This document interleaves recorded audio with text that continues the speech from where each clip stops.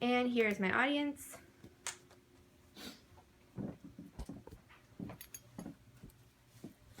Alright, so thank you everyone for coming today to witness the marriage of these two lovebirds.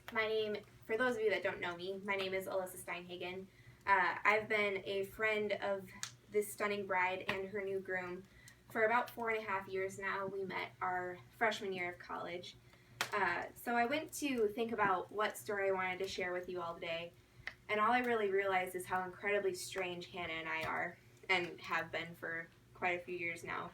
But if I had to pick one moment that really summed up our friendship, I thought I'd go back to the summer after our freshman year when we went to a Time Flies concert.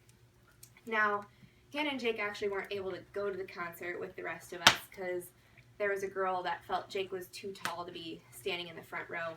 Needless to say, she had gum in her hair by the end of the concert, but I'm not saying who did that.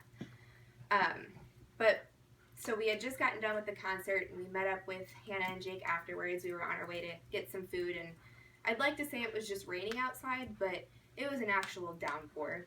And I looked at Hannah, and we were walking past this big fountain, and I looked at Hannah, and we both just had makeup streaming down our faces. Our hair was dripping, our clothes were soaked through, and at the exact same time, we looked at each other and said, "Let's go jump in the fountain." And as we were playing in the fountain like little kids, I knew right then and there that this girl was going to be my best friend. And then in the past few years, we've done a lot of other strange things, like sit in her car in Beta's parking lot and sing songs from Frozen and watch way too much Grey's Anatomy. And in that time, we began to say that we were each other's person.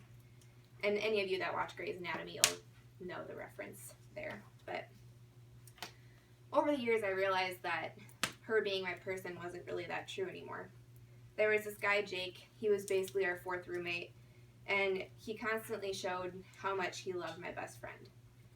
And between him bringing over pickle juice at odd hours of the day for her to drink, or watching about 14 movies over and over throughout the day of usually Harry Potter, it was when I realized that these two were what we call, quote, goals. And I think a lot of you here have probably called them that too. They were each other's person. And honestly, there's no one else that I'd rather have looking after my old person than Jake. You two emulate everything that it means to love, and I think everyone can agree in saying that it's truly inspiring to watch.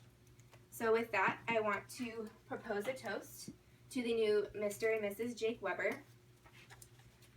May you have endless amounts of love and happiness as you take on life as each other's person. Cheers. And my audience, Alex, don't